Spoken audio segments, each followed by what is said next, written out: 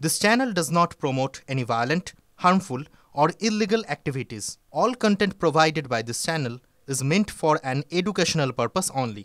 আমরা সত্যি শুভজিৎ আমরা 14 তারিখ রাতে আমরা দেখেছিলাম কোনো রাজনৈতিক পরিচয় ছাড়া UEM Jaipur is a perfect target for prospective students aspiring for good jobs, good education with future-ready skills. কোনো জাতি, ধর্ম, বর্ণ, উঁচু নিচু, গরিব, বড়লোক কোনো ভেদাভেদ ছাড়া একদম সাধারণ মানুষ তারা রাস্তায় নেমে রাত জেগেছিলেন, আন্দোলন করেছিলেন তিলোত্তমার সুবিচারের দাবিতে। কিন্তু যে কোনো আন্দোলন শুভজিৎ, আন্দোলন যখনই কোনো ব্যানারে থাকে না তখন আন্দোলনের তীব্রতা কোথাও একটা কমতে থাকে। কিন্তু এবার যখন একটা পলিটিক্যাল ব্যানারে আন্দোলন হচ্ছে তখন কিন্তু আন্দোলনের তীব্রতা, অভিঘাত আরো তীব্রতর হচ্ছে। আমাদের সুরক্ষা কোথায়?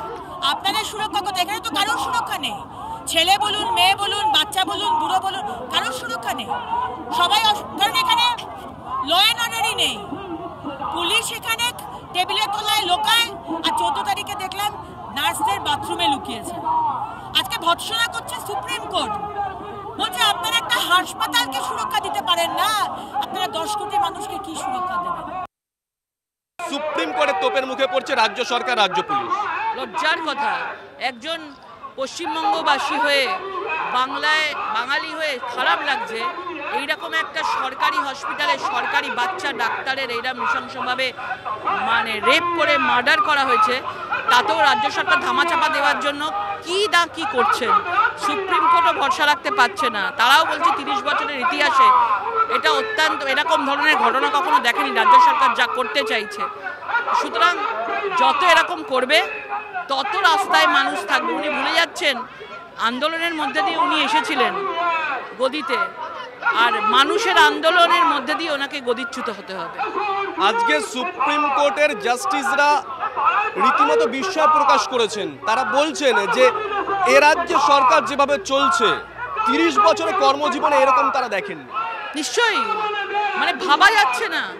যে মুখ্যমন্ত্রী মহিলাদের নিয়ে এত বড় কথা বলেন, আজকে সেই মুখ্যমন্ত্রী ধামা চাপা দেওয়ার চেষ্টা করছেন। তার মোটিভটাই নেই বিচার করার, তার মোটিভ হচ্ছে বিচারটাকে আটকে দেওয়া। সামাজিক একটা ইস্যু আপনাদের দিকে যদি দাগিয়ে দেওয়া হয়, অলরেডি দাগিয়ে দেওয়া হচ্ছে যে আপনারা এটা নিয়ে রাজনীতি করছেন। কোনো রাজনীতি নেই।